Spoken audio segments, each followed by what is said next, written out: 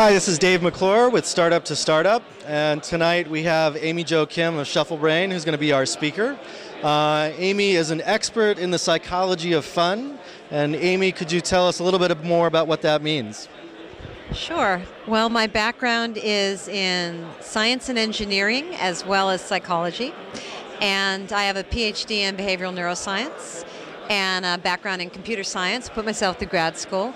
I got into doing game design at Paramount Viacom, where I worked as a producer and designer doing new media products for all of their different properties.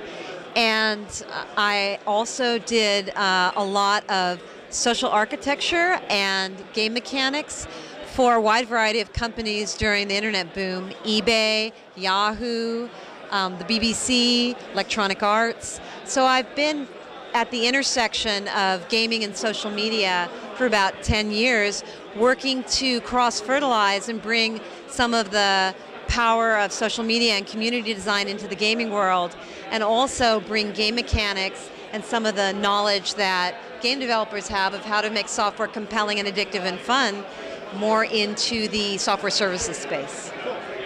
And one of my favorite presentations that you've done in the past, I think, is called Putting the Fun in Functional.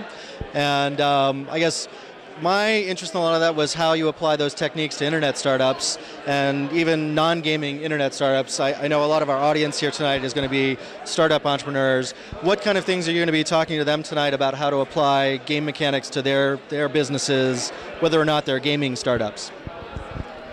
I'm going to be talking about 5 game mechanics, and they're not everything that you can use, but they're a great foundation for thinking about how to make software more fun and engaging. They're basically collecting things, earning points for things, giving great feedback to your players over time and also in real time, creating back and forth exchanges so that the software feels more like a conversation and less like a monologue. And also customization so that your software really molds itself to the needs and the habits of an individual person. So these are pretty basic ideas. The feedback and customization you see pretty broadly, but I'm going to be giving examples from gaming that hopefully will inspire people to incorporate that into their own software. It can be things as simple as surfacing what the best people are doing and giving people rewards for performing the behaviors that you want them to perform in your software. I'm also going to be talking about the frontier of where social media and gaming are merging in places like games on Facebook and other trends like that. And you actually have recently developed a game app on Facebook called PhotoGrab. Could you tell us a little bit about that application and how it works?